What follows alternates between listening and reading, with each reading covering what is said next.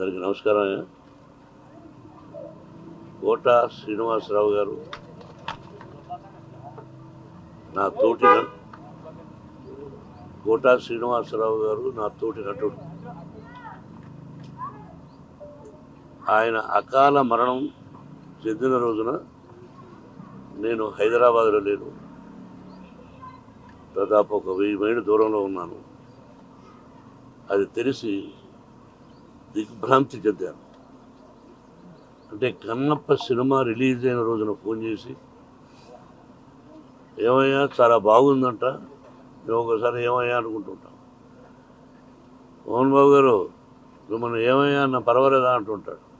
దాన్నేముంది కోట, ఈరోజు సంబంధం కాదు మంది బిడ్డకు మంచి పేరు వచ్చింది, నీ ఆశీస్సులు నువ్వు చూద్దు అయ్యే సినిమాను కూడా చెప్పాను.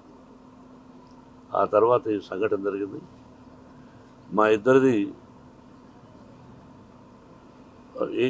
1987 సంవత్సరంలో వీరప్రతాప్ అనే సినిమాని నేను చేశాను, విఠలాచార్య గారి దర్శకత్వంలో.